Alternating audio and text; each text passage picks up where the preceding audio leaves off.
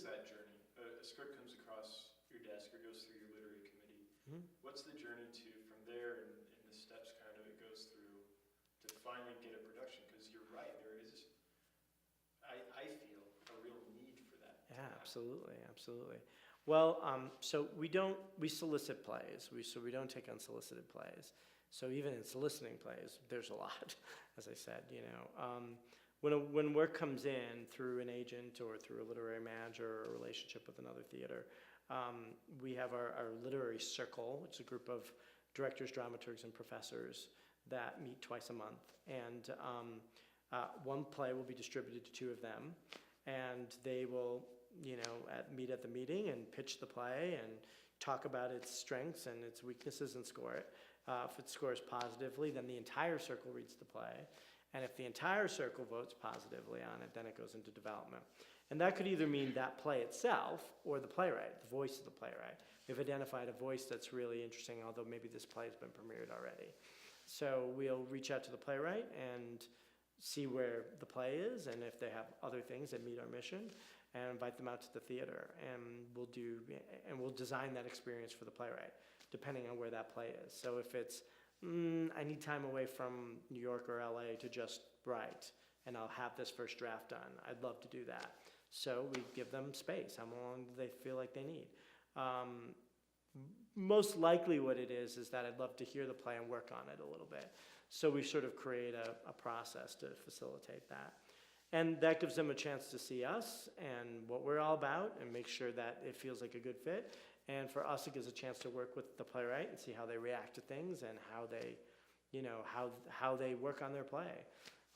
That goes well, we pretty much ask them to do it again. And this time it's more specifically geared on maybe achieving something in the play, like dealing with one scene or something like that. So you've given them some feedback and you're hoping that something's been changed or incorporated. Feedback typically does not come until the end of that workshop. We don't call them and say, this is what we think of the play. The end of the first workshop. Yeah, we don't do that unless the player really says, I really want to hear your thoughts.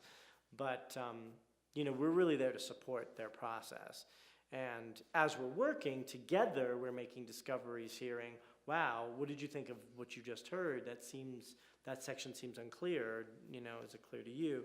Then we're both reacting to what's in front of us, rather than the playwright wondering, where is this coming from? Does he just like, you know, scenes with families and that's why he wants more of those? You know, it's important to really us both reacting off the same thing. And then we'll bring the playwright back out again, and then that's more identifying, okay, we've identified something that's not working and seeing how they deal with that. And, you know, for me then, it's less of a risk to then invest, you know, $250,000 on a production, you know, because you've taken, you know, you spent two plane tickets to bring somebody out, and it's the little amount of money when in comparison to rolling the dice on a big production like that. So, and it's worked pretty well for us. And then of course after the second workshop, if this gets green-lighted toward production, then we're going to put as many workshops in place as we can, you know, right up till we get into rehearsal.